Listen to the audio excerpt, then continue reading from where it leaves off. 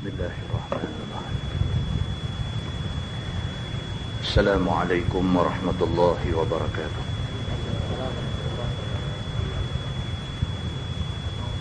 Alhamdulillah wa bihi nasta'in. Ashhadu an la ilaha illallah wahdahu la syarika lah. Wa ashhadu anna sayyidana Muhammadan abduhu wa rasuluh. ونصلي ونسلم على هذا النبي الكريم سيد المرسلين وعلى آله وصحبه أجمعين. أما بعد، أيها المؤمنون اتقوا الله، أوصيكم وإياي بتقوى الله، فقد فاز المتقون. Muslimin dan muslimat, mudah-mudahan dirahmati Allah Subhanahu wa taala. Di dalam sebuah hadis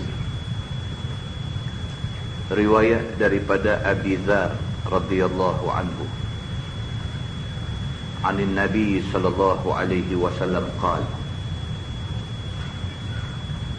"Thalathatun la yukallimuhumullahu yawmal qiyamah ولا ينظر إليهم ولا يزكيهم ولهم عذاب أليم." قال: فقرأها رسول الله صلى الله عليه وسلم 3 مرات. قال أبو ذر: خابوا وخسروا. من هم يا رسول الله؟ قال النبي صلى الله عليه وسلم: المسبل والمنان والمنفق سلعته بالحلف الكاذب، أو كما قال. Hadis sahih riwayat Imam Muslim.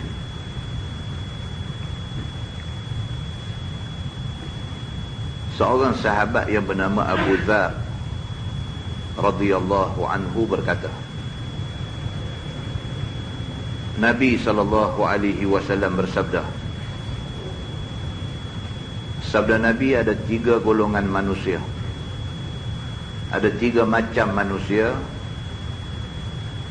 Allah Subhanahu wa taala tidak akan bercakap dengan mereka pada hari kiamat. Bahkan Allah tidak mau tengok mereka. Bahkan Allah Subhanahu wa ta'ala tidak akan menyucikan mereka daripada dosa. Bahkan bagi mereka azab yang sangat pedih.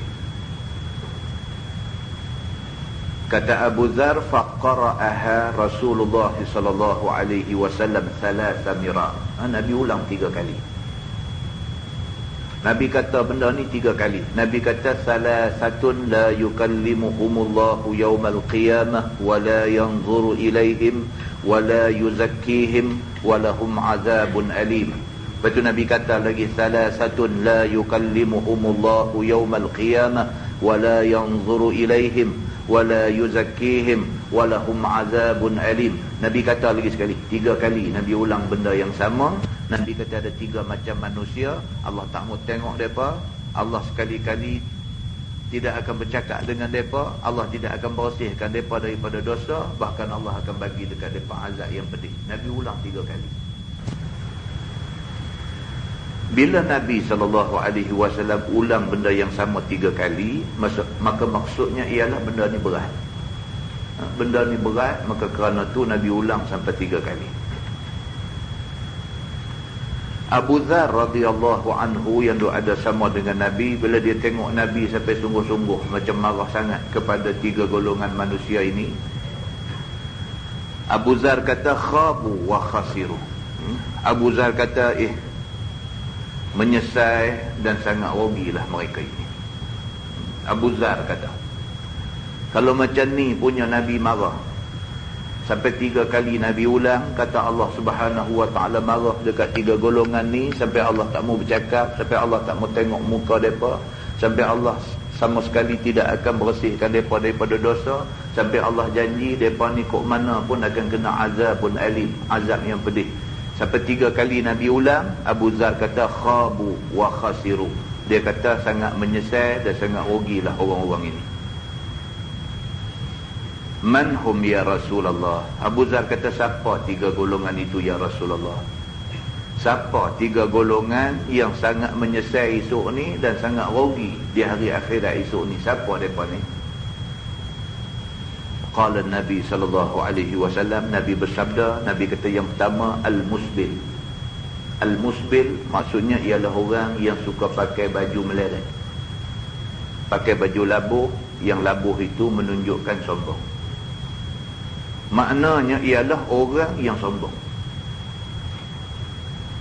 Hari akhirat esok Allah Subhanahu wa taala tak mau bercakap dengan dia, Allah tak mau tengok muka dia. Allah tidak akan bersihkan dia daripada dosa, bahkan Allah janji dia akan kena azab yang pedih. Yang pertama ialah al-musbil, orang yang pakai pakaian labuh meleret-leret kerana sombong. Yang kedua, kata Nabi, al-mannan. Al-mannan maksudnya orang yang suka mengungkit-ungkit benda baik hak dia buat. Buat satu benda baik ke siapa-siapa, dia ulang sebut tu lah. Bukan sekali, bukan 10 kali, tak tahu berapa puluh kali dah. Orang pun tak larat dengar dah. Dia duk cerita, kata dia pernah buat baik. Duk ulang cerita dia buat baik ni tak tahu berapa kali. Suka mengungkit-ungkit benda baik hak dia buat. Maka orang ini di hari kiamat esok Allah tak mau bercakap dengan dia, Allah tak mau tengok muka dia, Allah tidak akan ampunkan dosa dia, bahkan Allah janji dia akan kena azab yang pedih. Golongan ketiga, wal munfiqu sil'atahu bil halifil kadhib, iaitu mana-mana orang yang menjual barang, dia jual barang dan dia bersumpah dengan sumpah bohong. Dia jual barang,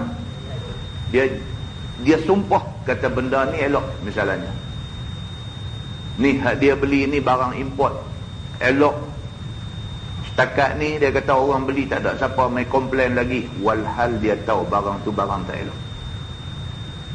Maka mana-mana orang yang jual barang dengan disertai sumpah bohong dekat orang, maka orang yang macam ni hari akhirat esok Allah tak mau tengok dia, Allah Subhanahu wa ta'ala tidak mau bercakap dengan dia, Allah tidak akan ampun dia daripada dosa, Allah janji dia akan kena azab yang pedih.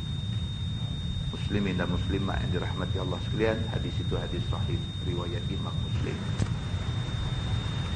Pengajaran daripada situ dapat kita ambil, yang pertama sekali, jangan buat satu benda yang boleh dianggap kita ni sombong. Jangan buat satu benda yang boleh dianggap kita ni sombong. Maka pakai pakaian labuh itu ciri-ciri sombong. Bahkan di dalam sebuah hadis lain riwayat daripada Ibni Umar radhiyallahu anhuma, kata dia anin Nabi sallallahu alaihi wasallam qala, al-isbalu fil izar wal qamis wal imamah man jarra syai'an khuyala lam yanzurillahu ilaihi yaumal qiyamah. Atau kama qala, hadis riwayat Imam Abu Daud dan An-Nasai. Nabi sallallahu alaihi wasallam bersabda, Nabi kata al-isbal fil izar wal qamis wal imamah, sama saja mana-mana orang yang melabuhkan sama ada kain dia ataupun baju jubah qamis dia ataupun imamah, pakai serban ekor panjang sampai ke belakang panjang sangat. Man jarra syai'an khuyala, barang siapa yang melabuhkan semua-semua benda ni kerana sombong, lam yanzurillahu ilaihi yaumal qiyamah, hari kiamat Tuhan tak mau tengok muka dia. Daripada hadis ini dapat kita faham bahawa Allah Subhanahu wa ta'ala marah sangat dekat orang yang sombong. Sama ada sombong itu ditunjuk dalam bentuk berpakaian, ataupun sombong itu ditunjuk dalam bentuk bercakap, ataupun sombong itu ditunjuk dalam apa rupa bentuk sekalipun. Kesombongan ni Allah Subhanahu wa ta'ala sangat tidak suka. Dalam Quran pun Tuhan kata wala tamshi fil ardi maraha, jangan sekali-kali kamu berjalan di atas muka bumi hal keadaan kamu sombong. Quran, hadis Nabi begitu punya banyak mengingatkan manusia supaya tidak sombong dalam soal ini. Di dalam sebuah hadis riwayat daripada Abi Hurairah radhiyallahu anhu, kata dia, bainama rajulun yusalli musbilan izarah, qala lahu Rasulullah sallallahu alaihi wasallam, izhab fatawadda. Fadhahaba fatawadda. Thumma jaa faqala an-nabi sallallahu alaihi wasallam, izhab fatawadda.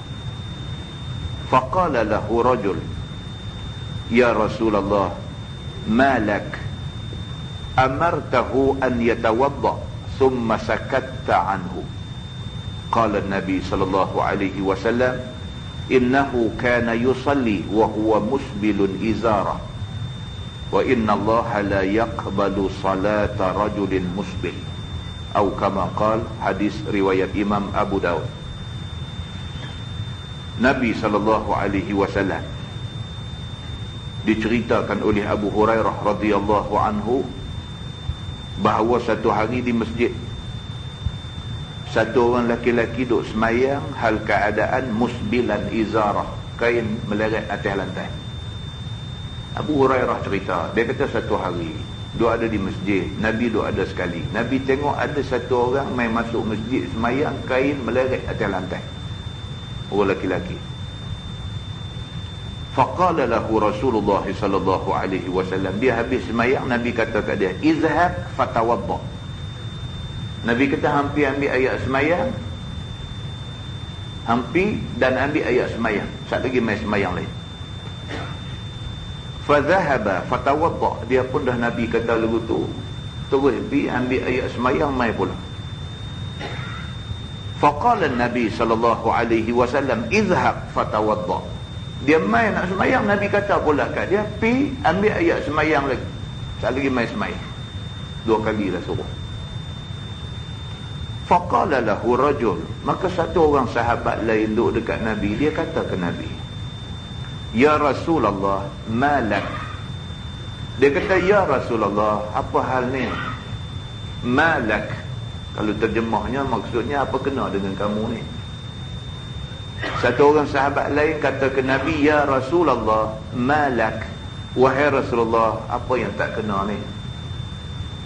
Dia ni tadi dah semayang dah, kemudian Nabi suruh pergi ambil ayat semayang, suruh semayang pula. Dia dah pergi ambil ayat semayang, dia main, Nabi suruh pula pergi ambil ayat semayang, suruh main pula. Malak, apa benda yang tak kena? Amartahu an yatawadda, kamu suruh dia pergi ambil ayat semayang, summa sakatta anhu, lepas tu bila dia main kamu tak cakap apa-apa, kamu suruh pergi lagi ambil ayat semayang, kamu diam aja, kamu tak tegur apa salah dia. Qala Nabi sallallahu alaihi wasallam, Nabi jawab, Nabi kata, innahu kana yusalli wa huwa musbilun izar. Nabi kata salah dia ni ialah dia semayang kain meleret, kain labu. Wa inna Allah la yaqbalu salata rajulin musbil, dan sesungguhnya Allah tak terima sembahyang orang yang kainnya terlalu labu. Hadis itu hadis riwayat Imam Abu Daud dengan isnad yang sahih daripada Imam Muslim. Muslimin dan muslimat yang dirahmati Allah sekalian, kita sebut di Masjid Sungai Rambai baru ni, dia dalam asar sahabat menceritakan satu orang sahabat pada pagi Sayyidina Umar Al-Khattab kena tikam. Sayyidina Umar kena tikam waktu nak semayang, dalam keadaan duk tahan sakit, rebah. Selepas kena tikam tu, Sayyidina Umar duk celak mata, nampak satu sahabat kain labu. Sayyidina Umar tegur lagi dia, dalam duk sakit tu Sayyidina Umar tegur lagi. Sayyidina Umar kata, angkat kain kau. Muslimin dan muslimat yang dirahmati Allah sekalian, daripada situ dapat kita faham bahawa agama tak mau sangat berpakaian macam tu kerana dia melambangkan kesombongan. Di dalam sebuah hadis riwayat daripada Ibni Umar radhiyallahu anhuma, kata dia, anna Nabiya sallallahu alaihi wasallam qala, man jarra thawbahu khuyala lam yanzurillahu ilaihi yawmal qiyamah. Faqala Abu Bakr radhiyallahu anhu, ya Rasulullah, inna izari yastarkhi illa an ata'ahada. Faqala lahu Rasulullah sallallahu alaihi wasallam, innaka lasta mimman yaf'aluhu khuyala, atau kama qala, hadis sahih riwayat Al-Bukhari. Ibnu Umar, anak Sayyidina Umar Al-Khattab radhiyallahu anhu, dia menceritakan, kata dia, Nabi SAW bersabda, Nabi kata, man jarra thawbahu khuyala, siapa yang melabuhkan baju dia kerana sombong, lam yanzurillahu ilaihi yaumal qiyamah, Allah tak mau tengok dia hari kiamat esok. Bila Nabi SAW kata lagu tu, faqala Abu Bakar radhiyallahu anhu, Abu Bakar As-Siddiq, dia ada sama, dia dengar Nabi kata macam tu, dia kata ke Nabi, Sayyidina Abu Bakar kata ke Nabi, ya Rasulullah, inna izari yastarkhi illa an ata'ahadah. Sayyidina Abu Bakar kata, ya Rasulullah, macam mana dengan aku ni? Kain aku ni tak payah buat macam mana, dia suka meleleh. Sayyidina Abu Bakar kata begitu. Takutlah dia bila dengar Nabi SAW duk kata banyak kali sangat orang yang pakai kain labuh ni. Dia ni di antara orang yang bila pakai kain tu suka melorot, suka turun. Bila turun dia pergi jadi macam labuh. Maka dia takutlah dengan ancaman yang disebut oleh Nabi SAW. Lepas Nabi kata, Allah tak mau tengok langsung muka orang-orang yang macam ni. Maka Sayyidina Abu Bakar kata, ya Rasulullah, inna izari yastarkhi, ya Rasulullah, kain aku ni selalu melorot turun, selalu turun pergi jadi labuh, illa an ata'ahadah, melainkan aku kena jaga betul-betul, ikat kemat-kemat baru okey. Faqala lahu Rasulullah sallallahu alaihi wasallam, maka Nabi kata kepada Sayyidina Abu Bakar, Nabi kata, innaka lasta mimman yaf'aluhu khuyala. Nabi kata, kamu tidak buat begitu kerana sombong. Tak apa. Muslimin dan muslimat yang dirahmati Allah sekalian, hadis itu hadis sahih riwayat Al-Bukhari.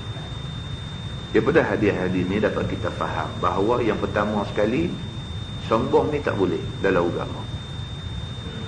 Yang kedua, apa-apa benda yang boleh membawa kepada ciri-ciri sombong, hendaklah dijauhi.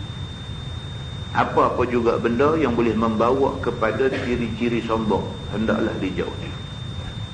Yang ketiga, kalau kita buat satu-satu benda itu tidak langsung teringat dalam hati kita nak sombong, Allah Subhanahu wa ta'ala mudah-mudahan mengampuni kita. Mudah-mudahan mukadimah itu memberi manfaat kepada kita semua, insya-Allah. Kita menggunakan tafsir Nurul Ihsan jilid 2.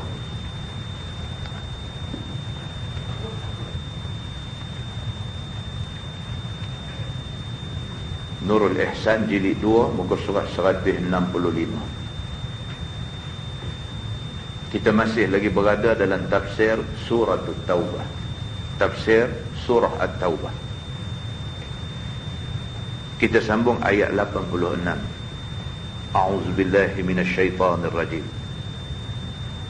Wa idza unzilat suratun an aminu billah wajahidu ma'a rasulih. Dan apabila diturunkan satu surah Quran, disuruh dalamnya bahawa beriman kamu dengan Allah dan berperang kamu serta Rasul. Ista'zanaka ulut tawli minhum, nescaya minta izin akan kamu wahai Muhammad oleh orang yang kekayaan daripada mereka itu. Ayat yang kita nak baca ni sambungan daripada yang kita baca bulan lepas. Bulan lepas ayat lebih fokus kepada cerita orang munafik.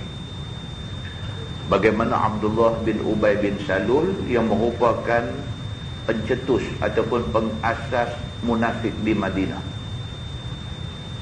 yang macam-macam cerita dia buat ke Nabi SAW, macam-macam benda dia buat bagi sakit hati Nabi, bagi sakit badan Nabi, bagi macam-macam benda jahat dia buat ke Nabi. Tiba-tiba bila dia sakit, bila dia nak mati, dia pesan ke anak dia, dia suruh anak dia pergi cakap ke Nabi, kalau sekiranya dia mati, yang pertama minta jubah Nabi buat kapan dia.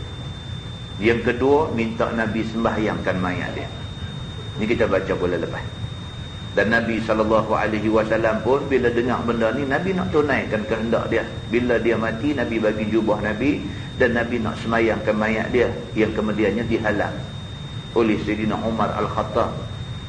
Dan Nabi sampai kata, kalau sekiranya Allah Subhanahu Wa Ta'ala boleh ampunkan dia ni dengan kerana aku minta ampun kat Tuhan, banyak mana pun, berapa kali pun aku nak minta ampun dekat Tuhan supaya dia ni diampunkan. Yang kemudiannya turun ayat mengingatkan Nabi SAW, kalau manusia macam Abdullah bin Ubay bin Salul ini, dilarang orang-orang yang beriman semayang mayat dia. Malam ni kita sambung ayat 86 daripada surah At-Taubah juga. Dia masih lagi nak menceritakan tentang kisah orang-orang munafik ni, yang 1000 dalih, 1000 helah, 1000 alasan diberikan dengan tujuan untuk tak mau terlibat dengan Islam.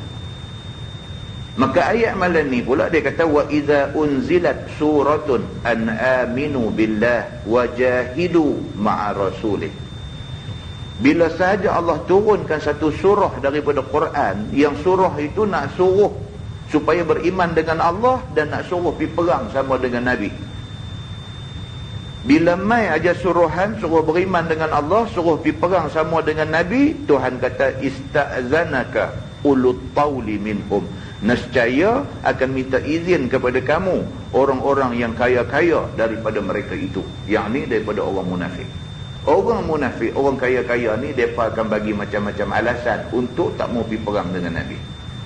Tuhan habaq siap-siap dah. Sebelum lagi turun perintah pergi perang, Tuhan habaq dah. Kalau turun, akan ada orang tak mau ikut. Dan orang yang tak mau ikut ni bukan kerana mereka ni ada alasan yang menasabah untuk tak pergi, tapi saja tak mau pergi. Kalau mereka ada alasan yang menasabah, misalnya uzur, sakit. Misalnya mereka ni umur dah terlampau tua. Misalnya mereka ni orang perempuan ataupun budak-budak. Ataupun mereka ni orang cacat. Menasabah, mereka minta uzur untuk tak mau nak pergi perang. Tapi mereka ni orang yang serba sihat, serba kaya, serba berkebolehan, berkemampuan untuk pergi perang, tapi saja bagi excuse untuk tak mau nak ikut Nabi. Ini dimurkai oleh Allah Subhanahu Wa Ta'ala. Firman Allah, wa qalu zarna nakum ma'al qa'idin. Dan kata mereka itu, yakni orang-orang kaya yang munafik ini, tinggalkan akan kami duduk serta segala orang yang duduk. Dia pergi kata dekat Nabi, kami tak pergi, bagi kami duduk tunggu Madinah ni, tak apalah hampa pergi, kami jaga Madinah. Bagi alasan macam tu. Dia nak duduk sama dengan orang tua, dia nak duduk sama dengan orang cacat, dia nak duduk sama dengan orang sakit, sedangkan dia orang yang sempurna itu. Firman Allah, radu bi an yakunu ma'al khawalif. Redha mereka itu bahawa ada mereka itu serta segala orang yang ketinggalan daripada perang, seperti orang perempuan, kanak-kanak dan orang-orang yang dhaif. Mereka sanggup duduk dengan orang-orang yang tak sempurna. Mereka sanggup duduk. Mereka tak mau pergi sama dengan orang-orang yang macam mereka. Firman Allah, wa tubi'a ala qulubihim fahum la yafqahun. Dan telah tutup Allah atas hati segala mereka itu, yakni segala munafik itu, tidak terbuka hati mereka itu pada jalan agama, maka mereka itu tiada faham akan kerja yang jadi bahagia dunia dan akhirat, dan yang jadi celaka bagi diri mereka itu. Tu dia. Dengan kerana awal-awal tunjuk tak mau pergi ambil bahagian dalam agama, Allah kata tak ada benda lain yang Tuhan boleh bagi ke mereka ni melainkan wa tubi'a ala qulubihim. Tuhan sil hati mereka. Tubi'a ni bukan cakap tutup. Tubi'a maksudnya sil, peteri. Sekali kita tunjuk kita tak mau ke agama, 10 kali Tuhan benci kita. Ini akibat yang akan menimpa orang yang tunjuk tak suka kepada Allah, tak suka kepada agama Allah. Sekali kita tunjuk kata kita tak suka ke Islam, 10 kali Allah tunjuk dia tak suka kat kita. Tapi sekali kita tunjuk kita suka dekat Allah, 10 kali Allah tunjuk Allah suka kat kita. Dalam hadis dia kata, kalau sekiranya manusia ni berjalan nak pergi cari keredaan Allah, Allah akan mai berlari nak bagi keredaan pada dia. Kalau manusia langkah sejengkal aja nak pergi dekat dengan Allah, Allah akan mai sambut dia satu hasta. Maka demikian juga halnya kalau sekiranya manusia tunjuk tak suka kepada agama Allah, Allah tunjuk Allah tak suka kat dia. Bila Allah turunkan perintah suruh pergi perang, bagi alasan untuk tak mau pergi perang, Allah Subhanahu Wa Taala kata, aku sil terus hati dia, biar tertutup hati dia, dia terus tak akan mau kepada agama sampai bila-bila. Maka jadilah mereka ni munafik, yang akhirnya Tuhan kata, innal munafiqina fid darkil asfali minan nar. Orang munafik ni Allah letak dia di dasar api neraka Allah. Tuhan marah sungguh kepada orang ni, mengaku dah kata Islam, pergi buat PL perangai macam orang yang menentang Islam. Firman Allah Subhanahu Wa Taala, lakinir rasul walladzina amanu ma'ahu jahadu bi amwalihim wa anfusihim wa ulaika lahumul khairat wa ulaika humul muflihun. Tetapi bermula Nabi SAW dan segala mereka yang beriman serta Nabi itu berperang, mereka itu sungguh-sungguh dengan segala harta mereka dan juga nyawa mereka itu. Itu dia. Dalam masa yang sama, Nabi dengan sahabat-sahabat Nabi pergi perang, bukan saja habis harta, nyawa pun ada yang terbang.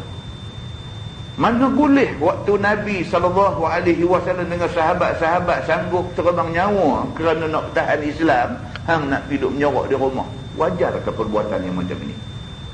Sewaktu Nabi SAW susah payah nak bawa Islam, nak pastikan Islam mai kat kita lah ni, ada sebahagian orang tidur di rumah, tak mau nak pergi bantu Nabi. Wajarkah perbuatan yang macam ni? Dia kata, dan bermula bagi mereka itu segala kebajikan dunia akhirat, dan bermula mereka itulah yang dapat kemenangan dengan syurga dan lepas daripada api neraka. Siapa yang ikut Nabi SAW, Allah Subhanahu Wa Taala janji dekat mereka ni, yang pertama dapat syurga, yang kedua terlepas daripada api neraka Allah Subhanahu Wa Taala. Firman Allah, a'addallahu lakum jannatin tajri min tahtiha al-anhar khalidina fiha.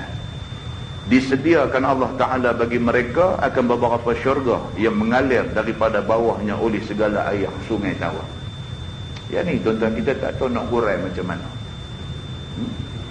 Heran betul Allah Subhanahu Wa Taala bila dia cerita pasal syurga, dia cerita di bawahnya mengalir sungai. Macam mana ni? Apa hikmah di sebalik benda ni? Macam mana punya cantiknya syurga ni, sehingga kan tiap-tiap kali sebut al-jannah, Allah akan sambung dengan tajri min tahtihal anhar, mengalir sungai di bawahnya. Sama-sama kita minta supaya Allah limpah rahmat dekat kita, kita boleh masuk syurga, kita boleh tengok ni Tuhan sebut banyak kali sangat sebut dalam Quran ni. Maknanya cantik sangat syurga yang Allah sediakan kepada orang yang taat pada dia. Hal kekal mereka itu pada dalamnya apabila masuknya. Masuk syurga tak keluar dah. Masuk neraka ni dia ada dua. Satu, masuk neraka kekal, tak keluar dah. Satu lagi, masuk neraka, selesai dia azab, habis segala dosa dia, dibalas dengan azab sengsara dalam neraka, dia akan keluar masuk syurga. Tapi masuk syurga, dia tak patah balik ke neraka dah. Maka syurga Allah Subhanahu Wa Taala ni, siapa pun pergi jejak kaki masuk aja, tak terbit dah sampai bila-bila, bahkan kekal di dalam dia selama-lama. Firman Allah, zalikal fawzul azim. Bermula yang demikian itu kemenangan yang amat besar, yakni di dalam syurga, yang tiada sepertinya di dalam dunia. Tak ada umpama dalam dunia ni. Tersahabatlah di dunia ni ada tempat elok cantik macam mana, seronok duduk macam mana pun, dia kata tak ada bandingan dengan syurga Allah Subhanahu Wa Taala. Syurga Allah ni sangat-sangat istimewa, tak ada bandingan dalam dunia. Firman Allah, waja'al mu'azziruna minal a'rab liyu'zana lahum. Dan datang oleh segala orang yang minta uzur, yakni daripada segala Arab, kepada Nabi SAW, supaya diizin bagi mereka itu pada ketinggalan daripada perang Tabuk kerana uzur mereka itu. Maka izin Nabi SAW bagi mereka itu. Ada segolongan bila turun ayat Quran, perintah suruh pergi berjihad, suruh pergi perang. Ada sebahagian orang yang mereka ni memang mu'azzirun, memang mereka uzur sungguh. Mereka pergi jumpa Nabi.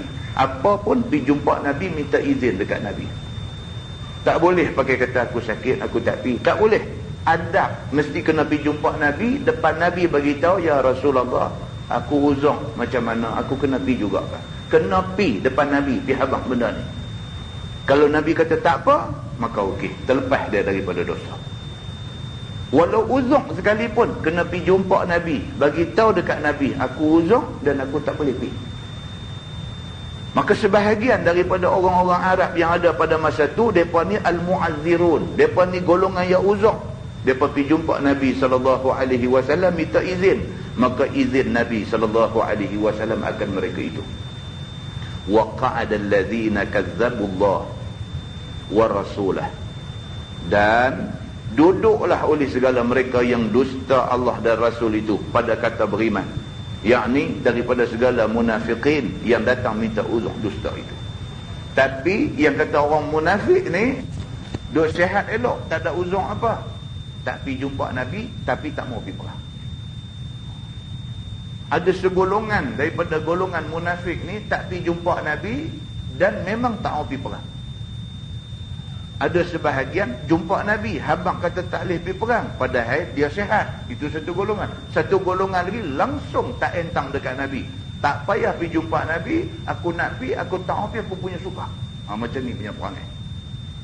Firman Allah, sayusibul ladzina kafaru minhum azabun alim, lagi akan kena segala orang kafir daripada mereka itu azab yang sangat sakit pada dunia, yakni dengan bunuh dan tawan, dan azab akhirat dengan neraka selama-lamanya. Tuhan marah sungguh dekat hak jenis tak entang ke Nabi ni. Allah Subhanahu wa ta'ala kata, tak pergi ke mana mereka ni? Atas dunia besar kemungkinan satu hari mereka kena bunuh. Akhirat dah tentu dah neraka duk tunggu mereka. Firman Allah, laisa 'alal du'afa wala 'alal marda wala 'alal ladzina la yajiduna ma yunfiquna harajun iza nasahu lillah wa rasulih. Tiada dosa atas segala orang yang dhaif-dhaif. Orang yang memang dhaif, lemah, tua, sakit, tak larat dan sebagainya, kalau tak pergi perang tak berdosa. Dan tiada dosa atas segala orang yang sakit. Dan tiada dosa atas segala mereka yang tiada dapat mereka itu barang nak buat belanja perang. Kalau sekiranya dia ni boleh nak pergi, tapi belanja tak ada. Nak pergi perang ni, nak pergi perang Tabuk ni, kita duk baca ni masih lagi cerita perang Tabuk. Tabuk ni satu tempat jauh daripada Madinah, yang nak pergi tu tak boleh pergi berjalan, nak kena naik kenderaan pergi. Sebahagian daripada sahabat Nabi, ada sebahagian daripada sahabat Nabi nak pergi, tapi dia jenis orang miskin, tak ada kenderaan nak boleh pergi. Maka mereka pergi jumpa Nabi SAW, tanya Nabi, ya Rasulullah, boleh tak boleh bagi kenderaan dekat kami? Kami tak ada duit nak beli kenderaan. Boleh tak boleh bagi kenderaan dekat kami? Kalau bagi kenderaan, kami nak pergi. Nabi SAW pun tak ada duit nak boleh beli kenderaan ni. Nabi kata, aku tak boleh bagi kenderaan dekat kamu.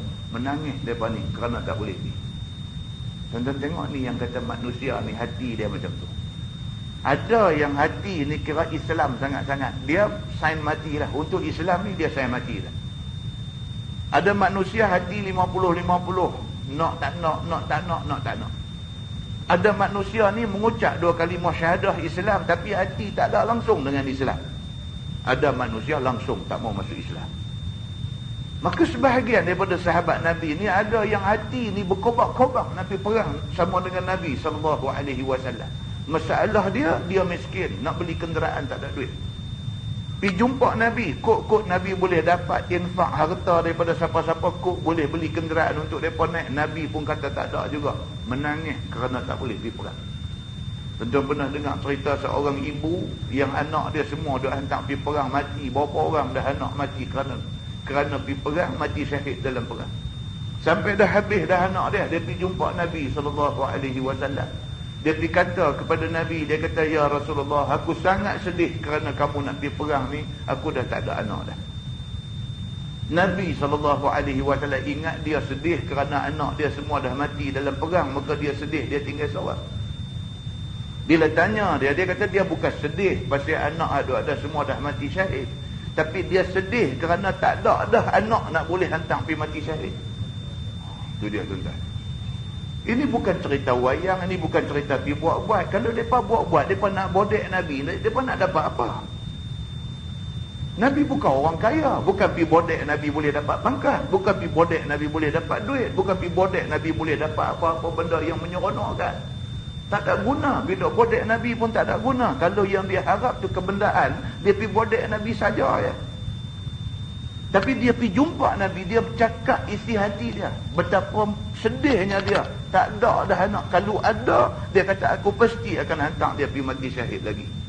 Aku akan hantar dia untuk pergi perang dan aku reda kalau dia syahid. Ada manusia yang hati macam tu.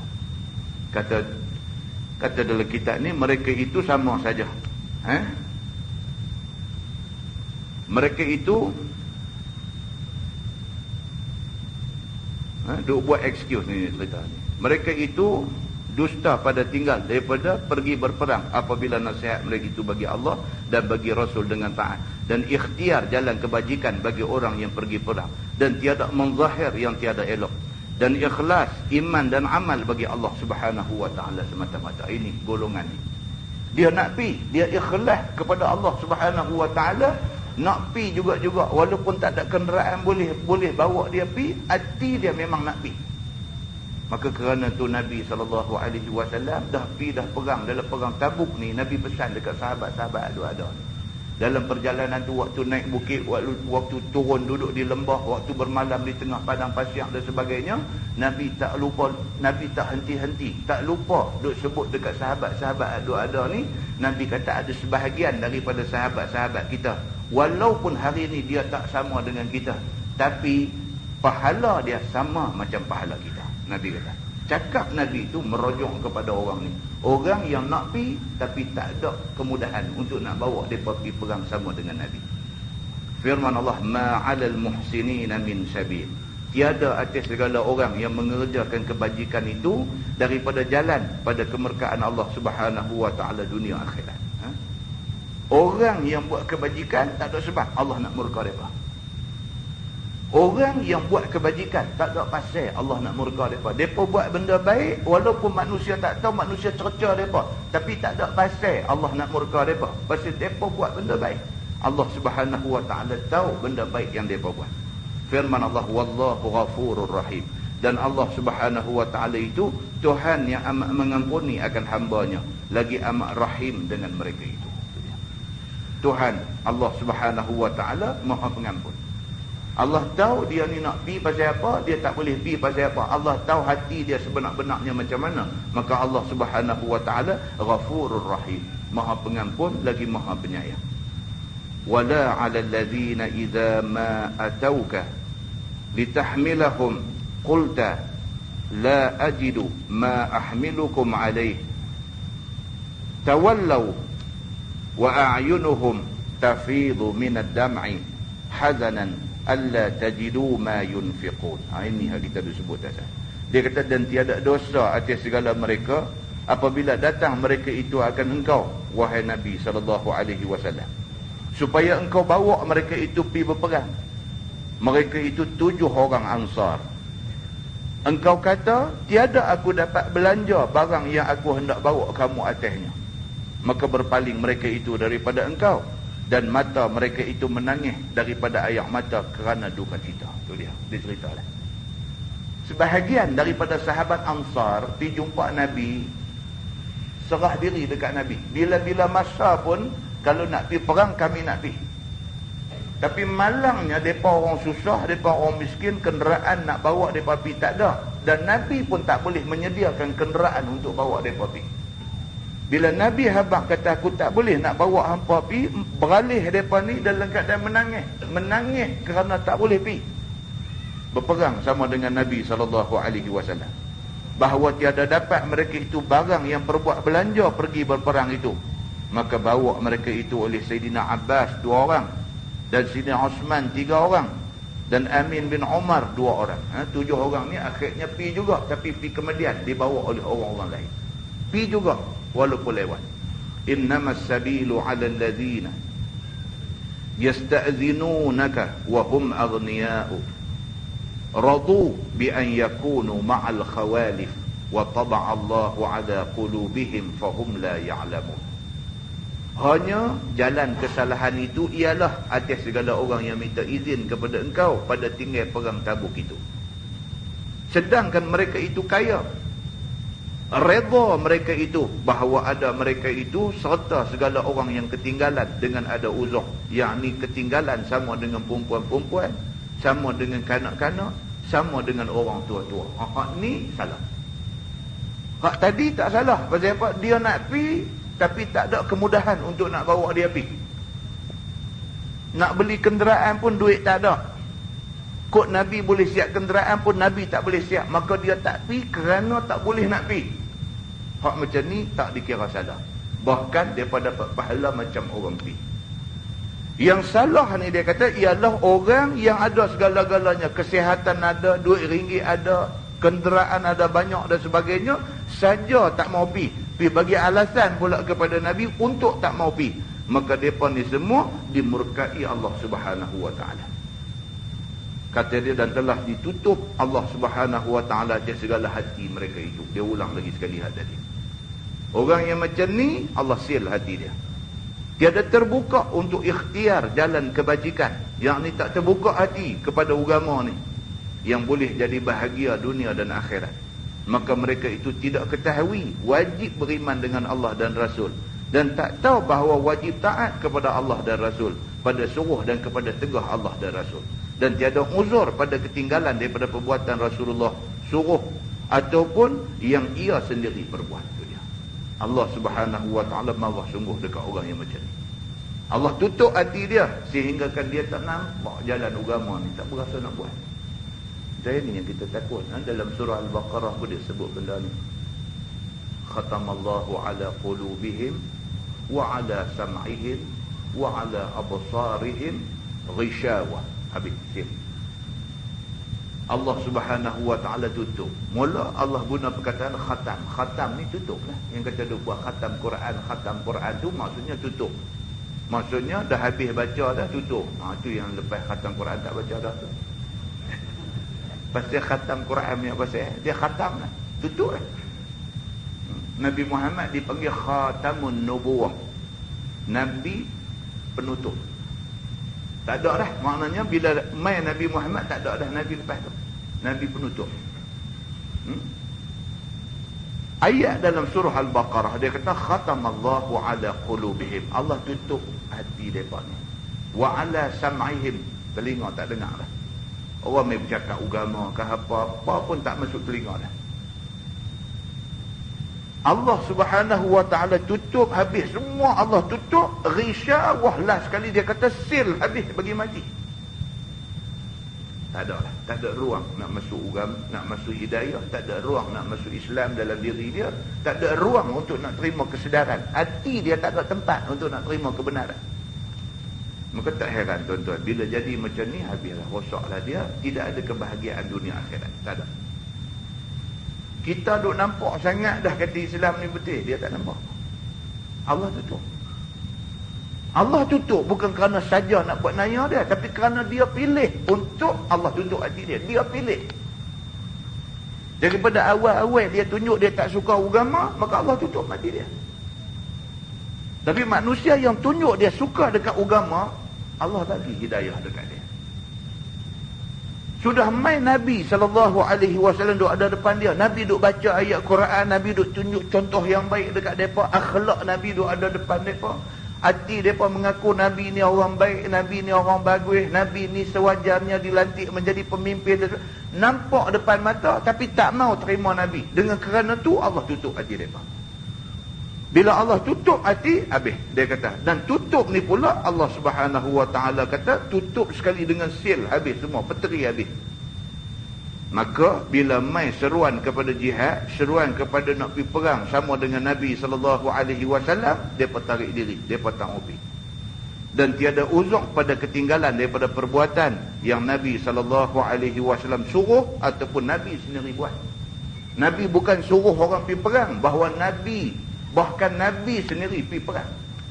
Dia boleh tengok tapi tak ambil pengajaran. Kok kata Nabi ni duk suruh orang pergi perang, Nabi sendiri tak pergi. Kok kerana tu dia tak mau ikut, satu pasal lah. Dia kata apa dia ni, tu suruh kita pergi perang yang dia tak pergi. Kok pasal tu dia nak tolak seruan tu. Tak, Nabi suruh, Nabi duk depan sekali masa pergi perang pun dia tak ambil pengajaran, dan dia tak mau pergi juga. seperti perang Tabuk. Dia kata, serta ada belanja. Sedangkan mereka ni orang yang ada duit, ada belanja untuk nak beli kenderaan, untuk nak naik kenderaan tu pergi perang. Mereka ada duit saja tak mau pergi. Firman Allah, ya'taziruna ilaikum idza raja'tum ilaihim. Tuhan kata pula lagi dekat Nabi, minta uzur mereka itu, yakni munafik itu kepada kamu ya Rasulullah, apabila kamu balik kepada mereka itu daripada Tabuk. Mereka itu lebih 80 orang datang minta uzur dengan jalan yang batil. Tuhan bagi tahu dah dekat Nabi, Tuhan kata, wahai Muhammad, la ni depa tak mau pergi perang. Kamu pergi perang, balik esok depa akan jumpa kamu bagi cerita macam-macam. Ya Rasulullah, saya tak kira itu bukan pasal apa, merepek cerita yang tu, cerita yang ni dan sebagainya. Tuhan habaq dah dekat Nabi. Bila Nabi balik, sungguh 80 orang duk beratok nak jumpa Nabi kerana nak bagi alasan kenapa tak pergi perang. Ni yang berlaku. Firman Allah, qul la ta'tadiru lan nu'mina lakum qad nabba'ana Allahu min akhbarikum. Kata olehmu wahai Muhammad bagi mereka itu, jangan kamu minta uzur. Tiada kami percaya lagi bagi kamu. Sungguh telah mengkhabar akan kami oleh Allah Ta'ala daripada segala khabaran kamu ini. Tuhan kata dekat Nabi, wahai Muhammad, kamu balik, mereka ni nanti mai jumpa kamu. Kamu bagi tahu dekat mereka ni, la ta'taziru. Tak usah duk mai bagi alasan, aku tak mau dengar. Lan nu'mina lakum. Hampa ni memang jenis tak mau beriman. Qad nabba'ana Allahu min akhbarikum. Tuhan dah bagi tahu dekat aku kala sebenar hampa ni. Aku dah tahu dah. Bagi tahu kat depa, aku dah tahu hampa punya true color. Perangai hang sebenar macam mana Tuhan dah bagi tahu kat aku. Allah suruh Nabi Muhammad pergi kata lagu tu dekat depa. Tak usah duk mai buat sandiwara depan aku, tak usah duk mai buat cerita kat aku tak mau dengar semua ni. Kamu memang jenis tak beriman dengan Allah dan Allah dah bagi tahu dekat aku kamu sebenar ni siapa. Cakap macam tu dekat mereka. Daripada tiada iman kamu dengan Allah dan Rasul pada hari akhirat. Tuhan dah bagi tahu dekat aku, hampa ni memang jenis tak percaya Tuhan, tak percaya hari akhirat. Dan mengolok-olok dengan Allah dan dengan Quran dan dengan Rasul. Bahkan hampa ni jenis manusia, dengan Quran, dengan Nabi, hampa buat main-main, hampa buat perli-perli. Bagi tahu dekat mereka, kata Allah Subhanahu wa Ta'ala dah tahu dah mereka ni siapa. Firman Allah, wasayarallahu amalakum wa rasuluh. Dan lagi melihat Allah akan kamu itu, akan amalan kamu yang kufur maksiat itu, dan rasulnya demikian itu juga. Allah Subhanahu wa Ta'ala akan memperlihatkan amalan mereka ni. Allah Subhanahu wa Ta'ala juga akan bagi Nabi nampak amalan mereka ni sebenar-benarnya macam mana, baik ke tak baik ke. Allah dah tunjuk dah. Summa bagi tahu dekat mereka ni, satu hari hampa akan mati. Satu hari hampa haduk bohong ni, haduk buat main-main dengan Tuhan, haduk buat main-main dengan Nabi, haduk buat bercakap lebih kurang ni, satu hari summa turadduna ila alimil ghaib wasyahadah. Satu hari hampa akan balik menghadap Allah, Tuhan yang tahu benda gaib dan benda nyata. Satu hari hampa akan mati. Telah mengkhabar Allah akan kamu dengan barang yang ada kamu beramal, sama ada kebajikan ataupun kejahatan. Hampa mati esok, Tuhan akan beritahu. Hak baik hampa buat pun Tuhan tunjuk balik, hak jahat hampa buat pun Tuhan akan tunjuk balik. Beritahu kat mereka benda ni. Dibalas kamu dengannya di akhirat, sama ada syurga ataupun neraka. Esok Allah Subhanahu wa Ta'ala akan balas kamu. Kamu ni salah satu daripada dua tempat. Kalau baik, kamu masuk syurga. Kalau selama ni kamu jahat, tempat kamu di neraka. Tu aja. Beritahu dekat mereka benda ni. Firman Allah, sayahlifuna billahi lakum idzan qalabtum ilaihim litu'ridu anhum. Lagi bersumpah mereka itu dengan nama Allah bagi kamu apabila kamu sampai balik kepada mereka itu daripada Tabuk. Kata mereka itu sebenar-benar uzur pada ketinggalan itu. Tuhan abang dekat Nabi, ni kamu balik perang ni, mereka akan mai jumpa, bukan setakat mai bagi alasan dengan sumpah-sumpah sekali. Mereka ni jenis tak tahu malu, jenis tak tahu takut dengan Tuhan. Mereka boleh cakap apa saja, sumpah sebut nama Allah, sedangkan lepas sebut nama Allah mereka nak bohong. Tuhan habaq dah dekat Nabi benda ni, supaya kamu berpaling daripada marah mereka itu. Mereka akan mai jumpa kamu, mereka akan cakap macam-macam cakap dengan tujuan supaya kamu tak marah dekat mereka. fa'aridu anhum innahum rijsun wa ma'wahum jahannam jazaan bima kanu yaksibun. Maka berpalinglah kamu daripada mereka itu. Tuhan kata ni semua sandiwara wayang hadapan nak buat ni, tak sadut dengar, berpaling daripada mereka. Tuhan habang dah dekat Nabi. Ni benda hak mereka nak mai jumpa Nabi ni, Tuhan habang dah.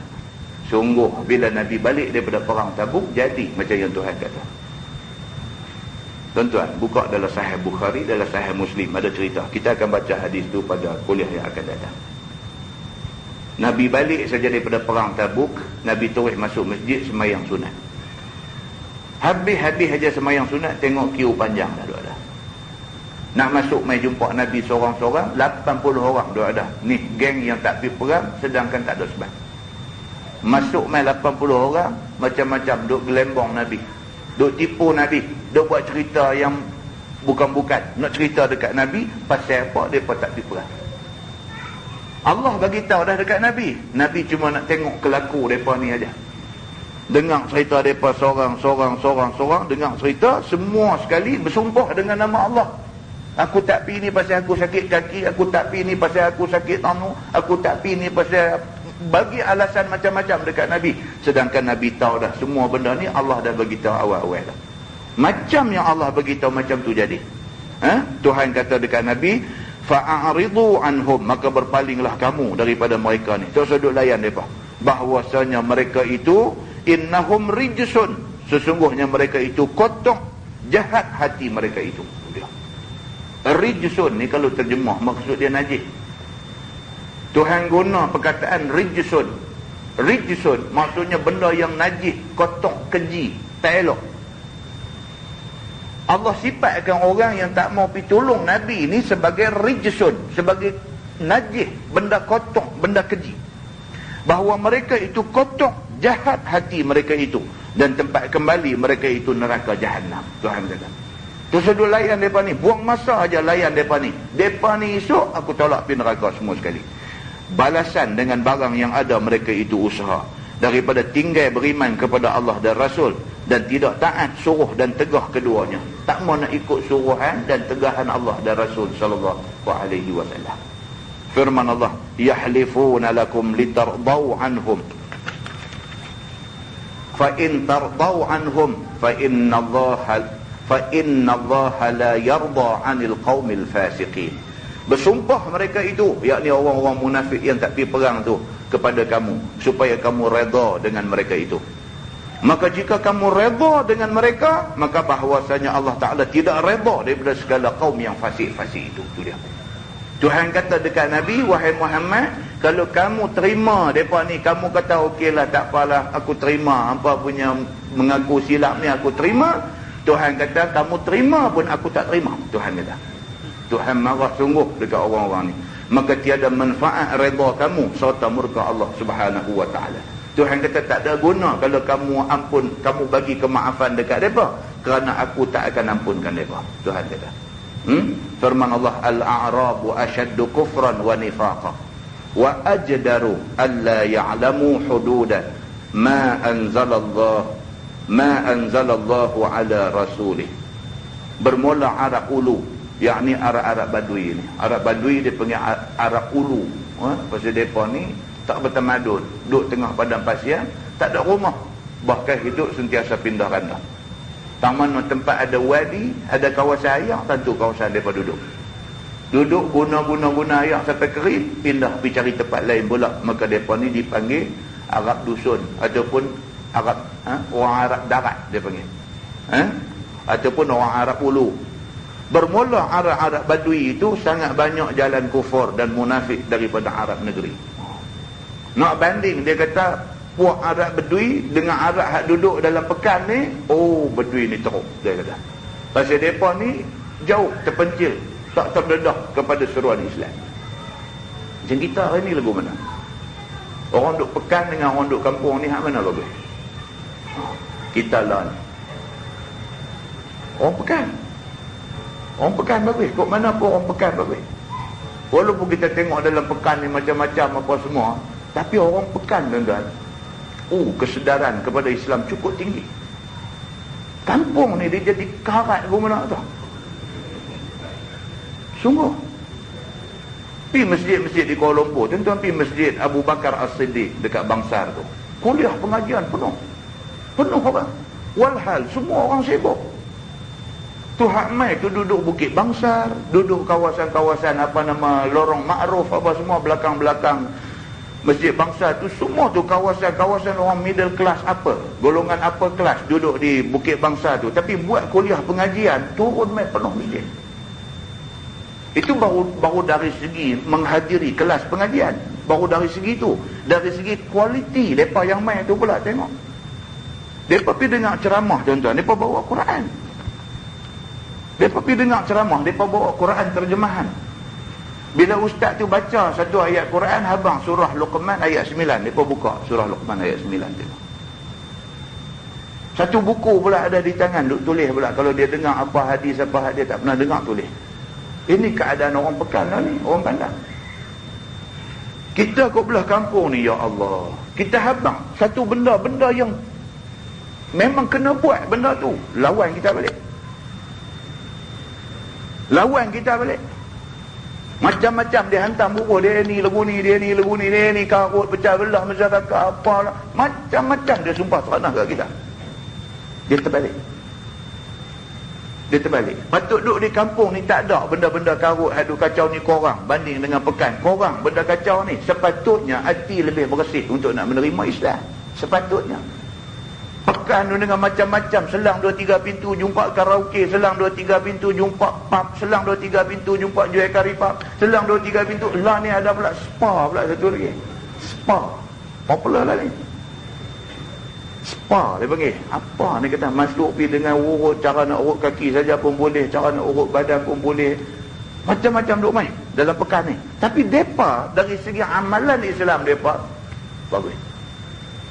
Rupanya bila kita baca balik dalam Quran, rupanya macam tu. Arab Bedui hak dusun ni cukup payah nak terima Islam. Arab hak duk dalam pekan ni mudah menerima Islam.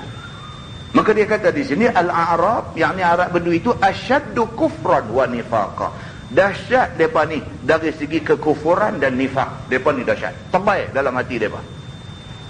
Dia nak boleh terima kebenaran Islam, nak buang amalan jahiliah yang dia duk pegang tu cukup susah. Pasal apa? Pasal asyaddu kufran wa nifaqa.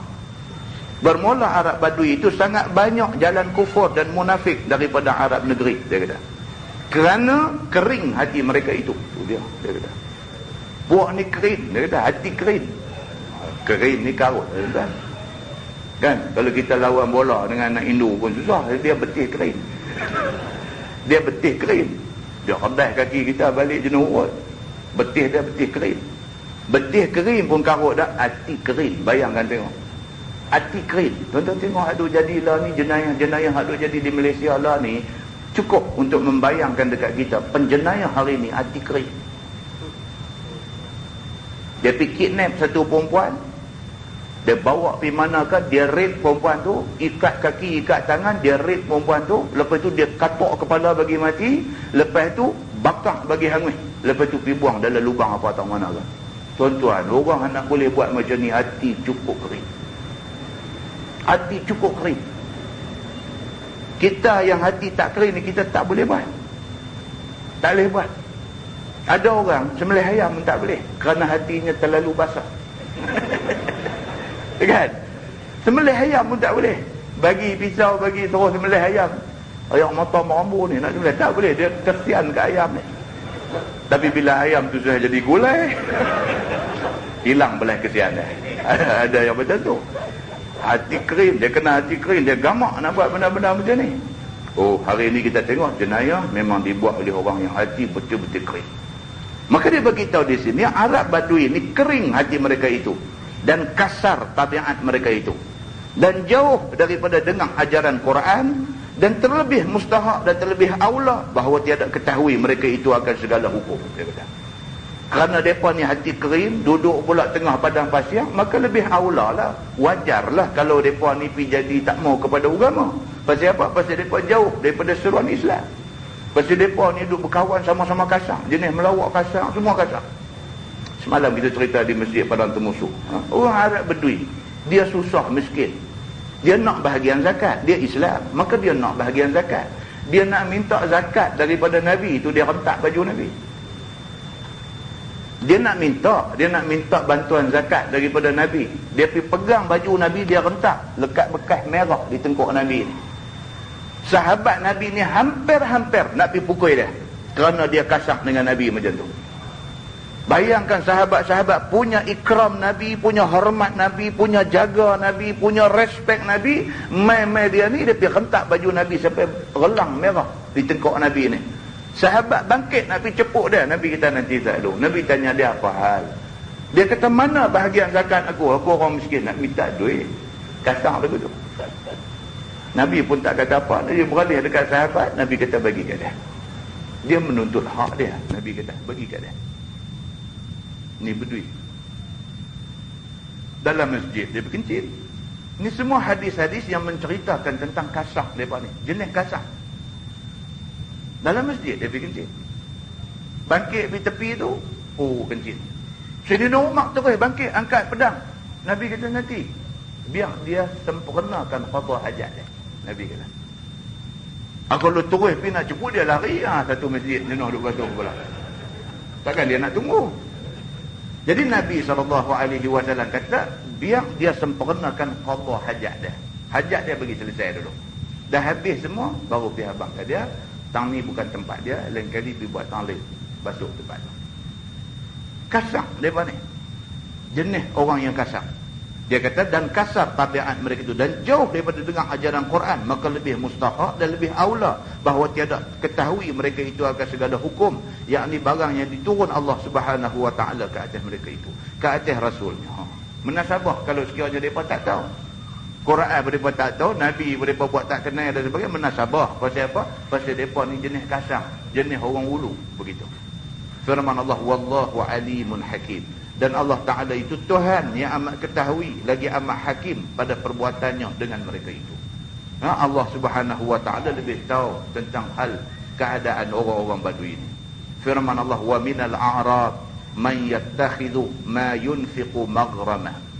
Dan setengah daripada Arab Ulu, yang ni Arab Bedui itu, mereka yang ambil i'tiqad, harta yang ia belanja itu rugi sahaja. Sebahagian mereka ingat macam tu. Duit kita, kalau kita bagi derma untuk agama, rugi. Apa pun tak boleh. Dia kata, rugilah. Daripada ada 10,000, pergi derma 1,000, tinggal 9. Tinggal 9, 10 tolak 1, 9 rugi. Dia faham macam tu. Ni benda hak duk bagi ni semua, bagi ni bukan nak bawa untung, tetapi membawa rugi. Sebahagian mereka beriktikad, berkepercayaan macam tu. Bahkan dia percaya tiada pahala di akhirat esok. Bagi liau saja, dia kata tak ada nak boleh pahala apa. Firman Allah, wa yatarabbasu bikumud ad-dawaira tu. Tolong perbetul bagi dia. Ad-diwar. Syaddah tu bukan bagi bawah, bagi atas. Wa yatarabbasu bikumud dawair. Dan menanti-nanti ia, yakni Badui itu, dengan kamu akan masa ia datang kebinasaan atas kamu. Bahkan mereka ni sentiasa duk tertunggu-tunggu bila bala Tuhan nak turun mai kepada Nabi Muhammad dan orang-orang yang ikut Nabi Muhammad ni, bila nak binasa mereka ni. Alaihim da'iratu tu, bukan da'aratu. Alaihim da'iratus sau'i. Atas mereka itulah kebinasaan daripada azab dan bunuh tiada atas kamu hai muslimin. Wallahu sami'un alim. Dan Allah Ta'ala Tuhan yang amat mendengar segala perkataan hamba dia, lagi amat tahu segala perbuatan mereka itu. Firman Allah, wa minal a'rab man yu'minu billah wal yawmil akhir wa yattakhidhu ma yunfiqu qurbatin 'inda Allah wa salawatir rasul. Dan setengah daripada Arab Ulu, yakni orang Badui ini, mereka beriman dengan Allah dan hari akhirat, dan ambil i'tiqad barang yang ia belanja itu qurbah, yakni boleh menghampirkan diri dengan Tuhan dan kebajikan dan mendapat pahala pada Allah Ta'ala, dan menjadi wasilah kepada doa Rasulullah bagi mereka itu. Itu dia nak cerita dekat kita, Arab Badui ini pun serupa kita lah, serupa lah. Di kalangan Arab Badui ini, satu, ada yang engkar langsung. Di kalangan Arab Badui ini, ada yang munafik. Di kalangan Arab Bedui ini ada yang beriman dengan Allah. Sama lah tentang bangsa apa sama lah. Orang Melayu pun macam tu. Arab yang bukan Bedui pun macam tu. Orang Cina yang jadi orang Cina Islam berapa juta ada di negeri Cina tu pun serupa macam tu lah. Yang kata Cina ni pun serupa macam tu lah. Hak Islam, hak kafir, hak munafik pun ada. Orang Melayu pun sama. Orang Melayu pun sama. Hak bantah. Terus kata apa? Bantah Tuhan. Orang Melayu. Berapa banyak orang Melayu bantah Tuhan? Berapa banyak orang Melayu bantah Tuhan? Terang-terang tunjuk kebantahan pun ada. Tak ada nak heran apa. Ayat Quran dia boleh pergi ulah buat main-main pun ada. Nak kata apa kat dia? Dalam Quran terang-terang kata wallazina yarmunal muhsanat, orang-orang yang menuduh orang perempuan yang baik-baik berzina. Kata ayat tentang qazaf ni. Orang yang buat kerja macam ni, yang tuduh orang baik melakukan zina, mereka ni dikenakan 80 rotan. Quran sebut. Bolehkah tuan-tuan duduk ulah depan orang cerita pakai hukum rotan kerana menuduh orang ni nak kena rotan ni, ini satu hukum yang tak adil? Bolehkah pergi kata begitu? Kita dengar pun sedih. Tak reti tak usah bercakap lah. Benda ni ayat Quran, bukan pendapat ulama. Kalau yang kita pergi duduk petikai tu pendapat ulama, boleh gagah. Boleh gagah.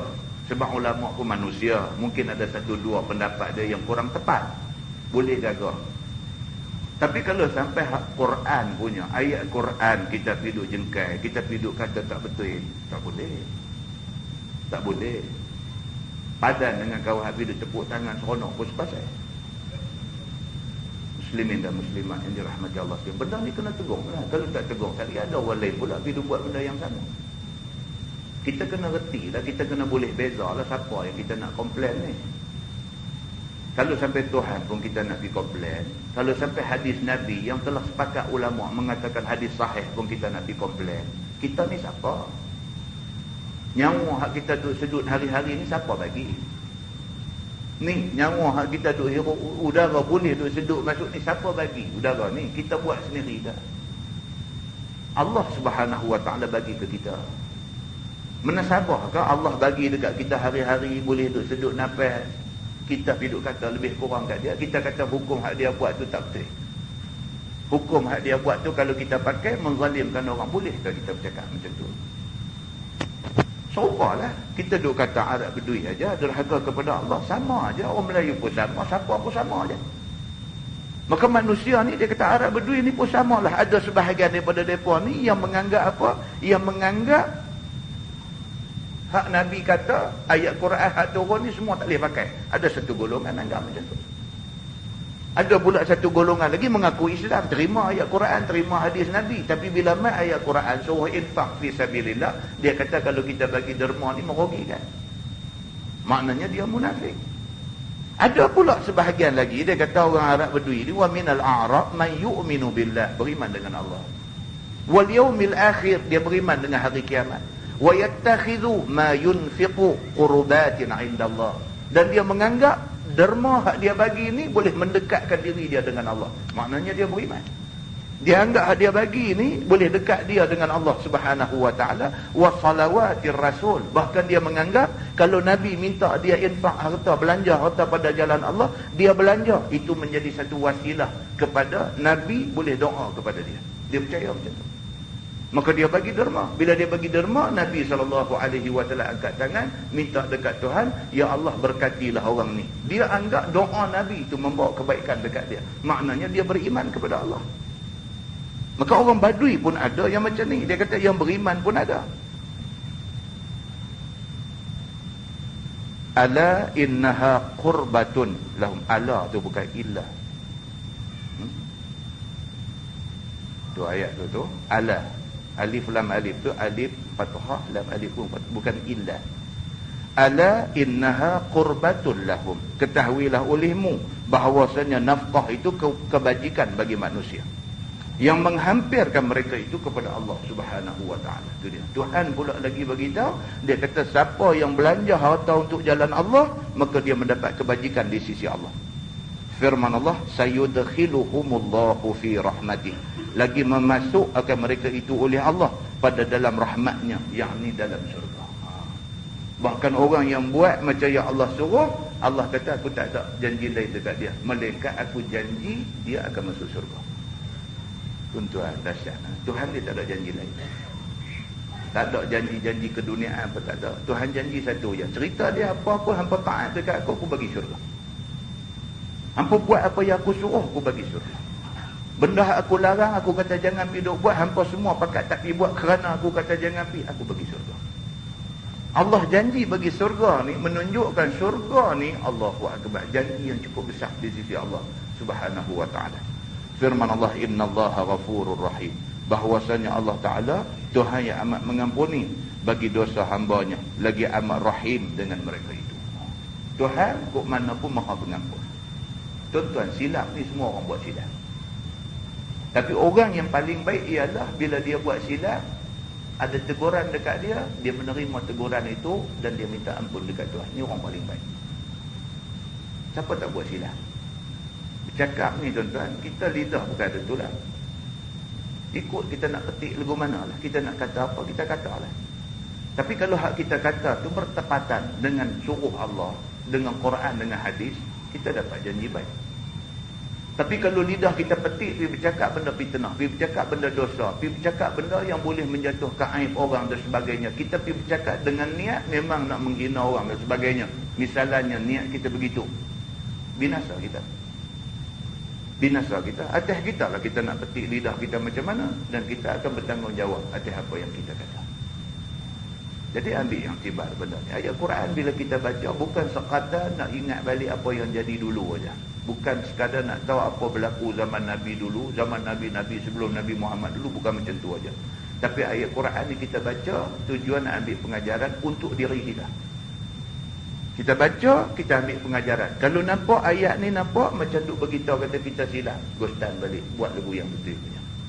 Kita baca ayat Quran, kita baca hadis Nabi, nampak macam benda ni nampak nak beritahu kita ni tak kena, buat bagi kena balik. Itu saja. Maka ketika itu Quran dan hadis Nabi memberi pengajaran kepada kita, dan dia betul-betul memberi petunjuk kepada kita semua. Wallahu a'lam. Lepas ni kita masuk was-sabiqunal awwalun minal muhajirin wal ansar.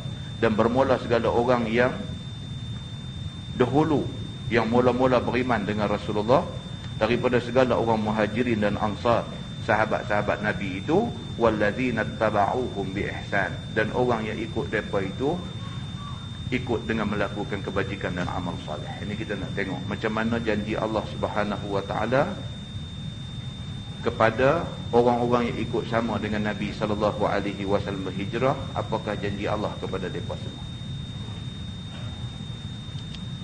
Yang depan insya-Allah kita masuk cerita Masjid Dhirar. Kita duk dengar banyak sangat dah duk cerita pasal Masjid Dhirar. Masjid Dhirar, masjid yang membawa mudarat. Masjid yang macam mana yang dikatakan Masjid Dhirar? Kita tahu secara kasarnya zaman Nabi ada berlaku benda ni.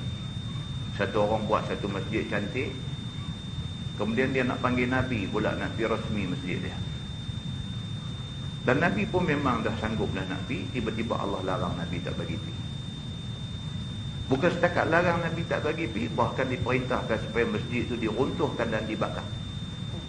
Bukan setakat diperintahkan masjid itu diruntuhkan dan dibakar, bahkan dijadikan tapak masjid itu sebagai lumbuk sampah.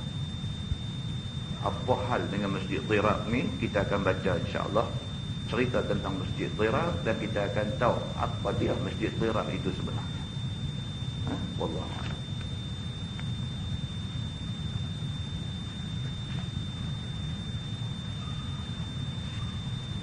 Soalan.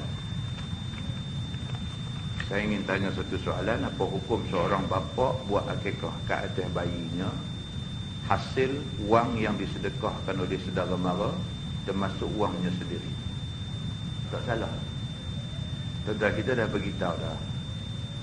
Duit ni tuan-tuan, yang kata duit ni, dia ada beberapa jalan untuk nak bertukar milik. Untuk nak bertukar milik ni dia ada beberapa jalan. duit ataupun harta benda ataupun aset ataupun apa-apa lah, benda yang ada harga ni, dia ada banyak jalan. Di antara jalannya ialah jual beli. Asal-asal kereta tu kereta orang, dia jual kat kita, kita beli, maka kereta tu jadi kereta kita, tak jadi kereta dia dah. Maka pindah milik melalui jual beli. Pindah milik juga boleh berlaku melalui jalan sedekah. Orang mai kata ni saya sedekah kat hang benda ni. Bila dia kata saya sedekah dekat hang benda ni, benda tu dia bagi je, daripada masa tu benda tu dah jadi hak kita, dah jadi milik kita. Boleh berpindah bilik melalui hebah. Hebah saja orang bagi. Sedekah ni pada orang miskin. Hebah ni pemberian biasa saja bagi. Dia main, kita pun bukan orang miskin, dia main dia kata, ustaz saya bagi kat ustaz pen ni. Bukan minta pen sahabat kita ni, kata ustaz sebut nak ambil tu dia. Main ustaz, saya bagi kat ustaz. Bagi itu bukan sedekah. Hebah saja bagi. Ataupun bagi hadiah. Hadiah dengan hebah ni nak lebih kurang lah. Cuma hadiah ni bagi kepada orang yang kita hormati. Saya hadiah dekat ustaz pen ni. Hadiah juga pindah milik. Daripada dia kata tu jadi hak saya punya. Saya nak buah dalam poket ke, saya nak buah dalam beg ke, saya nak pergi bagi kat orang lain pula ke apa ke, dia tak boleh kata lah. Dia tak boleh kata apa, ustaz saya bagi kat ustaz, saya bagi kat orang lain apa. Tak boleh. Pasal dia kata ustaz saya hadiah kat ustaz. Bila kata lagu tu hak, jadi hak saya. Saya nak bagi kat siapa, tak ada siapa boleh larang saya, sebab hak saya lah. Pindah milik. Sama dengan kisah sahabat kita tanya, dia kata apa hukum satu orang bapa buat akikah ke atas bayi dia hasil wang yang disedekahkan oleh saudara mak. Sedekah. Bila orang sedekah kat dia, duit tu dah jadi duit dia. Dia nak buat apa, dia boleh buat. Dia nak buat akikah anak dia pun boleh, dia nak buat kenuri pun boleh, dia nak pergi sedekah pula kat orang pun boleh, dia nak buat apa pun boleh. Sebab duit tu dah jadi hak dia. Jadi hak dia dengan jalan sedekah. Kita tak boleh dah kata apa pun kat dia. Kita pergi bagi sedekah kat dia, tengok-tengok dia pergi bagi kat orang lain, kita marah dia. Kata apa orang bagi kat dia, dia pergi bagi kat orang lain. Tak boleh. Pasal kita dah bagi kat dia, kita tutup buku lah, kita tak boleh kata apa dah. Kerana itu sudah jadi hak dia. Jadi soalan ni tadi, apa hukum dia buat akikah, duit yang orang sedekah dan duit dia sendiri dia campur sekali, maka tidak salah. Hak salah ni kalau sekiranya duit yang dia guna buat akikah tu duit orang yang tak pindah kepada dia. Dia pergi balas dia orang misalnya buat akikah anak dia. Tak boleh. Balas ni maksudnya curi lah. Kan? Dia pergi balas dia orang, kemudian pergi buat akikah. Pergi balas dia orang, pergi sedekah orang nak buat masjid. Tak boleh. Hak boleh balas duit orang ni bini kita aja. Dia boleh balas duit kita. Itu pun kalau sekiranya kita jenis lelaki yang tak bagi duit untuk belanja hari-hari. Itu ada pengecualian dalam fiqh. Kita jenis tak bagi duit untuk dia belanja hari-hari. Kita kira duit gaji kita, abang kita makan di kantin, makan di kedai, makan di apa aja. Dia hang pandai-pandai lah, nak makan rumput ke, nak makan pokok lalang ke apa, hang punya hal. Kita kata ke dia. Jadi dah sampai keadaan macam tu, dia balas duit kita. Tak salah. Kerana dia bukan balas duit. Di sisi agama, dia menuntut hak dia. Walaupun tanpa izin suami, dia boleh ambil. Tapi kalau suami dah bagi cukup untuk dia dan sebagainya, tapi atas perbelanjaan dia yang tidak berhemat, maka duit itu habis, dia balas, itu salah. Agama dia ada, dia classify banyak benda-benda yang macam ni, dan dia ada pengecualian dalam bab-bab yang tertentu. Jadi cerita ni, cerita gitulah. Kalau duit itu sudah pergi kat dia, itu hak dia. Sama macam kita pergi tengok orang mati. Kita pergi tengok orang mati, adat kau belah kita sini, dia bubur apa? Satu jang ayak ke apa ke dia bubuh di luar. Sebenarnya tak mesti jang lah. Dia nak bubuh timba pun boleh, dia nak bubuh besen pun boleh. Kan? Tapi kita duduk tengok di mana pun bubuh jang. Kan? Pasal apa tu? Nak pergi nampak kan? Kalau nak banyak sikit, bubuh akuarium ikan. Untuk sementara, lohan tu pindah bintang lain dulu, akuarium tu kita bubuh, lagi nampak. Lagi nampak duit tu. Kan? Jadi kita duduk tengok orang duduk bubuh jang lah. Tak mesti jang lah, apa pun boleh. Dan kita buh tu pun bukan kata kita minta sedekah. Kan? Pasal orang main ni kadang-kadang dia berhajat. Dia berhajat nak meringankan beban orang yang ditimpa musibah. Dia berhajat nak tolong. Jadi cara dia nak salurkan hajat dia, kalau nak dibuat salam bagi duit, nampak macam makan kenduri pula. Kan jadi buat macam tu. Baik, duit tu bila kita buh aja dalam tu, bukan dapat kat orang mati. Manusia ni bila nyawa keluar aja, hilang segala hak dia. Hak untuk memiliki harta, hak untuk apa-apa pun dah tak dapat lah. Daripada mati tu, orang bagi apa kat dia pun dia tak dapat hak dah. Maka bila orang pergi bagi tu bukan untuk orang mati, untuk waris si mati. Maka kalau orang tanya, ustaz boleh tak boleh duit orang duk bubuh dalam jang tu kita nak guna untuk perbelanjaan urus mayat dia, boleh tak boleh? Boleh. Waris boleh guna duit tu untuk urus mayat dia. Kenduri ke apa ke, atas waris lah nak buat macam-macam mana. Cuma bab kenduri arwah ni satu perbahasan lain pula lah. Kan? Kenduri arwah ni satu perbahasan lain lah. Dia yang asasnya satu aja, agama tak pernah suruh, bahkan dilarang. Ini yang tak maunya. Kenduri arwah ni tak suruh. Tuan-tuan cari ayat Quran 30 juzuk tu, cari dalam hadis-hadis Sunan Sittah, Sahih Bukhari, Sahih Muslim, At-Tirmizi, Ibnu Majah, An-Nasai, Abu Daud, 6 kitab hadis sahih ni tuan-tuan cari, kod-kod ada satu hadis suruh buat kenduri bila berlaku kematian. Tak ada. Yang ada hadis melarang. Tuan-tuan buka dalam Sunan At-Tirmizi, tuan-tuan akan jumpa hadis ni. Hadis larang buat kenduri bila berlaku kematian. Hadis larang ada. Bila kematian menimpa keluarga Ja'far, dia kata, maka Nabi SAW mengarahkan jiran yang ada di keliling ni buat makan untuk bagi makan kepada keluarga Ja'far. Pasal apa? Pasal orang yang ditimpa musibah kematian, dia dalam keadaan duka cita.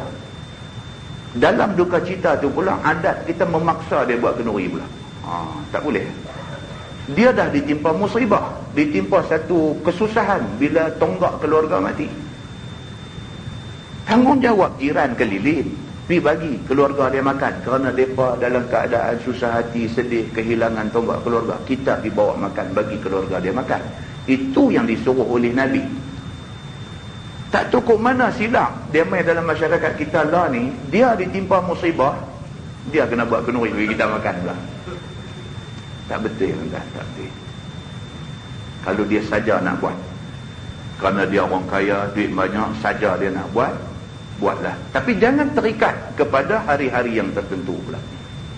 Jangan ingat ni malam pertama, malam kedua, malam ketiga, malam ketujuh, malam 14, malam 40, tak mau. Tidak ada ajaran dalam agama suruh buat ikut malam-malam macam tu. Tak ada ajaran dalam agama. Satu hadis pun tak ada yang suruh buat benda tu. Tak ada. Apatah lagi kalau orang yang ditimpa musibah kematian ni orang miskin pula lagi. Tuan-tuan bayang, bukan semua orang kaya. Ada orang miskin memang tak ada duit betul, sehingga kan nak kelola mayat tu bagi selesai simpan pun dah jadi satu susah dekat dia. Anak beranak pun dah kelih dah. Anak beranak tu dah kelih dah. Abang Long dengan Kak Ngah ni dah mula duk cakap dah. Kak Ngah kata, saya tak ada duit, abang dah buat keluar belanja. Abang ni pula kata, aku kerja capek dah. Berkelih dah. Anak beranak tu dah berkelih dah kerana nak urus mayat pak ni.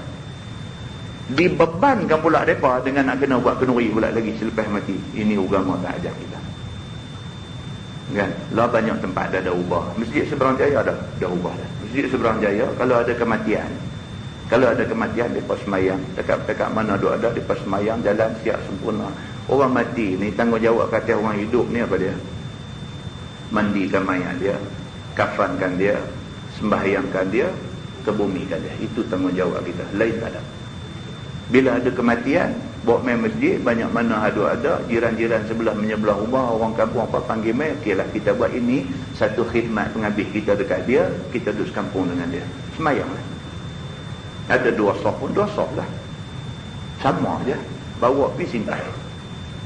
Habis dah selesai simpan apa semua, sahlerah selesai. Kalau sekiranya keluarga masih lagi apa semua, nak buat kenduri, nak buat makan apa semua, Masjid Seberang Jaya tak mau dah tadi. Tentang pergi tanya tu Imam ni, Ustaz Samsudin. Pergi tanya dia, ada berita. Dia tak buat. Kalau ada keluarga mai abang ni, Ustaz malam ni minta sila, malam ni kita buat kulhu sikit di rumah. Dia kata tak apalah, kalau nak buat kita buat di masjid. Makan-makan apa kami tak mau. Tak apa, malam tu buat sikit lah, baca.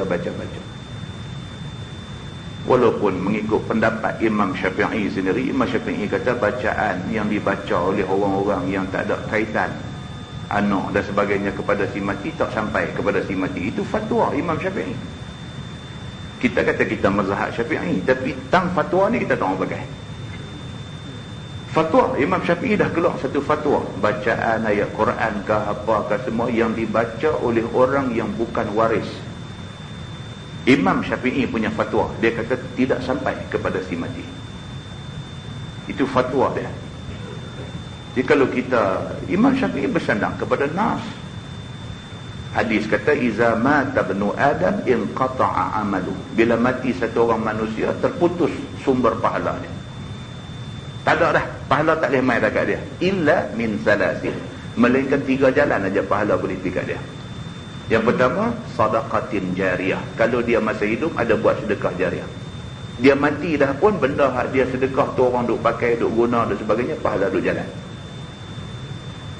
Aw ilmin yuntafa'u bih. Yang kedua, kalau dia ada ilmu, dia pernah ajak siapa-siapa. Dia ajak anak dia ke, dia ajak jiran dia ke, kawan pejabat dia ke, dia ajak satu benda ke. Kau tu duk buat benda hak dia duk ajak.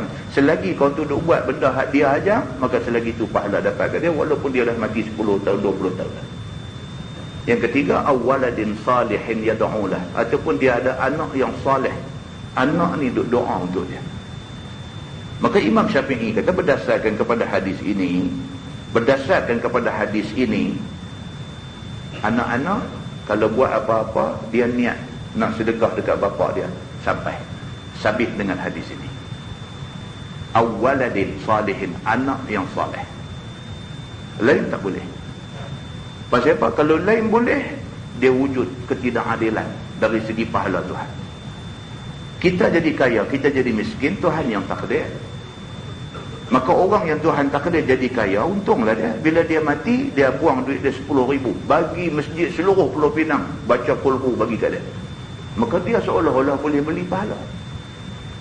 Macam mana dengan kawan yang Allah takdir dia miskin, dia nak berkeluar duit banyak mana? Dah timbul soal, pahala pun boleh beli dengan duit. Jadi Imam Syafi'i, dia buat satu fatwa. Dia kata anak-anak yang soleh. Anak yang soleh siapa pun boleh. Siapa ada anak, dia train anak dia bagi jadi anak yang soleh. Orang miskin pun boleh train, orang kaya pun boleh train. Kalau anak dia jadi anak yang soleh, dia dapat faedah daripada anak yang soleh. Adil. Orang yang tak ada anak, dia tengok waris. Siapa waris yang boleh menerima pesaka dia? Semua boleh. Ini alasan Imam Asy-Syafi'i di dalam mengeluarkan fatwa itu. Jadi cerita tuan-tuan, benda tu tak usah bertengkar, tak usah bergaduh, tak usah berkelahi, tak usah. Cerita dia lah ni, yang jelasnya apa dia? Kalau dah mati nak pahala juga 3 jalan ni. Jaga 3 ni. Dia nak buat juga, nak minta juga orang buat kulhu, buat tahlil dan sebagainya, buat. Tapi kita tak boleh beriktikad kata kita mesti dapat pahala. Sebab Tuhan tak ada janji dalam Quran dia nak bagi pahala. Kalau kita kata tak apalah, kita buatlah, ni kawan-kawan dia apa semua kot, mereka nak baca Fatihah sedekah kat dia ke apakah, kita hanya boleh kata mudah-mudahan kalau mereka ni niat ikhlas, kot Allah nak bagi pahala, itu hak Allah, habis.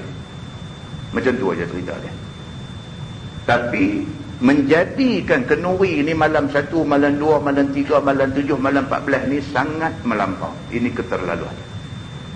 Ini keterlaluan.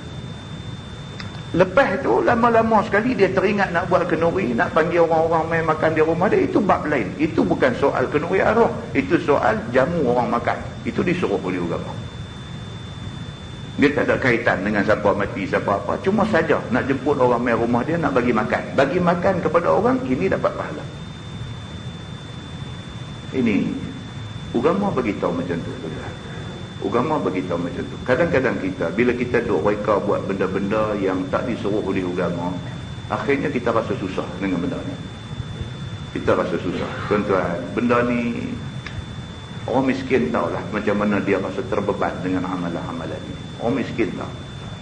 Orang kaya tak tahulah. Jadi dia ada duit, dia tak kisah. Orang miskin rasa benda.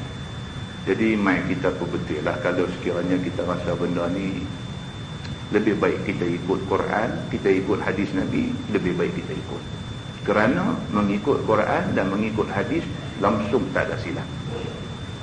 Tapi mereka-mereka buat benda-benda yang belum pasti ni belum tentu, kemungkinan ada silap.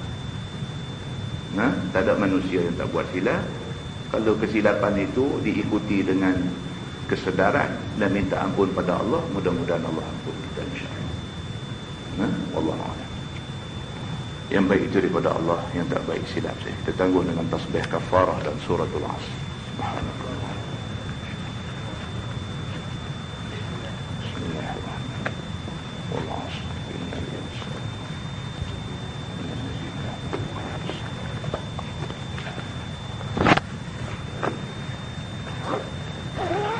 اللهم صل على محمد في الأولين والآخرين وسلم ورضي الله تبارك وتعالى عن سادتنا أصحاب سيدنا رسول الله أجمعين. بسم الله الرحمن الرحيم. الحمد لله رب العالمين حمدا يوافي نعمه ويكافئ مزيدا. يا ربنا لك الحمد كما ينبغي لجلال وجهك الكريم وعظيم سلطانك. رضينا بالله ربا وبالإسلام دينا وبمحمد نبيا ورسولا. اللهم افتح علينا فتوح العارفين وارزقنا فهم النبيين بجاه خاتم المرسلين. اللهم فقهنا في الدين وعلمنا التأويل واهدنا صراطك المستقيم. اللهم أرنا الحق حقا وارزقنا اتباعه وأرنا الباطل باطلا وارزقنا اجتنابه.